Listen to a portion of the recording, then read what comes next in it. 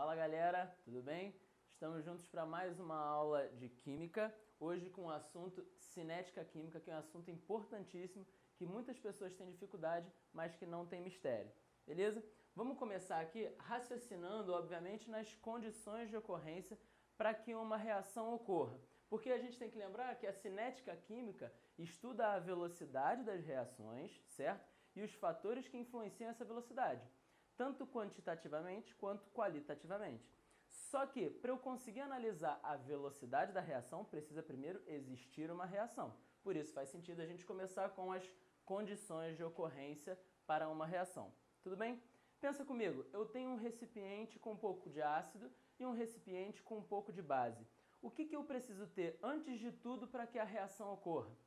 Obviamente, eu preciso que os reagentes entrem em contato. Então, a minha primeira condição de existência é o contato entre os reagentes.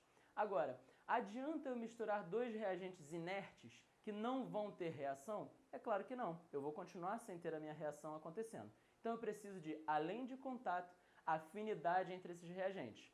Fez sentido? Ok. Agora, mais importante ainda é a existência de um choque efetivo. Eu preciso do contato, preciso da afinidade e choque efetivo. O que são choques efetivos? Lembra daquele conceito de energia de ativação? Alguma vez você já ouviu falar disso? A gente vai trabalhar melhor isso hoje. Mas energia de ativação é a energia mínima suficiente para que uma reação ocorra, certo? Então, o choque efetivo é aquele encontro entre partículas dos reagentes, entre moléculas dos reagentes, com uma energia suficiente para dar início a uma reação. Quando eu tenho um choque efetivo, eu tenho a formação de um estágio intermediário dos reagentes, que a gente chama de complexo ativado. Tá? Então, ó, dá uma olhadinha para esse gráfico que a gente vai usar daqui a pouco. Choque efetivo é quando eu consigo atingir um ponto determinado de energia, tá? Que a gente chama aqui, ó, essa altura do reagente até o ponto mais alto, é o que a gente chama de energia de ativação. Choque efetivo é quando eu consigo atingir essa energia de ativação e aqui em cima eu formo o complexo ativado. Esse é o estágio intermediário entre reagente e produto. De uma coisa eu sei, se eu formo o complexo ativado, com certeza a minha reação vai acontecer. Tudo bem? Então, sempre em cinética química, a gente tem que justificar o aumento de velocidade pelo aumento de choques efetivos. Eu vou ter contato, eu vou ter afinidade, mas se eu não tiver choque efetivo, não adianta de nada. Perfeito? Essas são as três condições de existência para uma reação química. Agora, quais são os fatores que podem modificar a velocidade dessa reação? Pensa comigo, quando eu pego aquela pastilhinha de Sonrisal e jogo na água. Em qual forma que libera mais bolhas? Quando eu coloco a pastilha inteira ou quando eu quebro ela em pedaços? Não sei se você já fez isso alguma vez, mas vai acontecer muito mais rápido a liberação daquelas bolhas se eu quebrar a pastilha em vários pedaços, tá bom? Por quê? Quando eu quebro essa pastilha, eu estou expondo aquela parte do Sonrisal que estava escondida da água, certo? Então é como se eu estivesse facilitando o contato entre o Sonrisal e a água. A gente sabe que eles têm afinidade. E aí, se eu aumento esse contato entre Sonrisal e água, eu vou aumentar sempre a probabilidade de ocorrerem choques efetivos. Por isso, a superfície de contato é muito importante. No vestibular, a gente vê também outro exemplo, que é quando eu coloco Bombril naquela... aquela limalha, aquela esponja de Bombril, meu Deus do céu. Aquela esponja ou Bombril amassado. Quando ele coloca o fogo, por que a esponja pega fogo? Por que o amassado não pega fogo? Porque quando eu amasso, eu estou diminuindo a superfície de contato do Bombril com o oxigênio, com o comburente, certo? Então, se eu diminuo a superfície de contato, eu dificulto muito a ocorrência dessa reação. A gente também vê esse tipo de questão no vestibular. Ok, superada a questão de superfície de contato, temperatura. Quando eu aumento a temperatura de um sistema, o que vai acontecer com a velocidade? Sempre eu vou aumentar a velocidade. E aí você pergunta, mas se a reação é exotérmica ou endotérmica? Isso é em rendimento, é lá em equilíbrio. Tá? Aqui a gente está falando de cinética, portanto, velocidade. O aumento de temperatura sempre aumenta a velocidade de uma reação. Por quê? Eu estou fornecendo energia para as minhas moléculas. As minhas moléculas vão se movimentar com maior intensidade. Aumenta a probabilidade de contato entre reagentes com afinidade e aí aumenta a probabilidade de choques efetivos.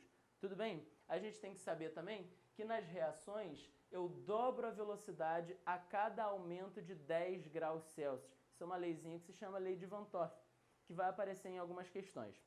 Tudo bem? Beleza. Temperatura, superfície de contato, pressão. Como é que a pressão pode influenciar a velocidade de uma reação? Pensa comigo, você está num carnaval, está num bloco, e aí você está solteiro. A sua intenção é ter contato com alguém que tem afinidade e, se acontecer um choque efetivo, melhor. Qual é a maior probabilidade de acontecer um choque efetivo? Quando está todo mundo espalhado ou quando junta o trio elétrico e vem atrás aquela pressão desgraçada, juntando todo mundo num espaço de 2 metros quadrados.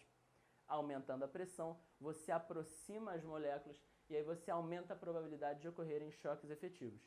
Tudo bem? Então, ó, se a gente pensar aqui, todos esses fatores, quando eu aumento esses fatores, eles estão aumentando a velocidade da reação. Aumentei a superfície de contato, aumenta a velocidade. Aumenta a temperatura, também aumenta a velocidade. Aumentei pressão, mesma coisa. Aumentei concentração, se eu coloco mais reagente no meio, é óbvio que a probabilidade de acontecer a reação vai aumentar também. Aumenta a probabilidade de choques efetivos, lembra que a justificativa é sempre por isso, certo? E aí aumenta a velocidade da reação. Por último, eu tenho que pensar no catalisador, que é importantíssimo, cai direto, Enem principalmente, tá? Então a gente tem que dominar esse conceito.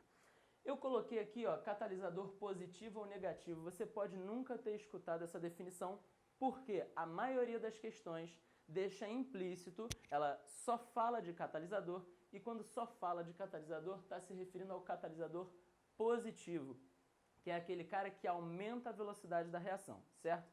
Se por um acaso o problema fizer distinção entre catalisador positivo e negativo, você já sabe que o positivo aumenta a velocidade, o negativo diminui a velocidade da reação.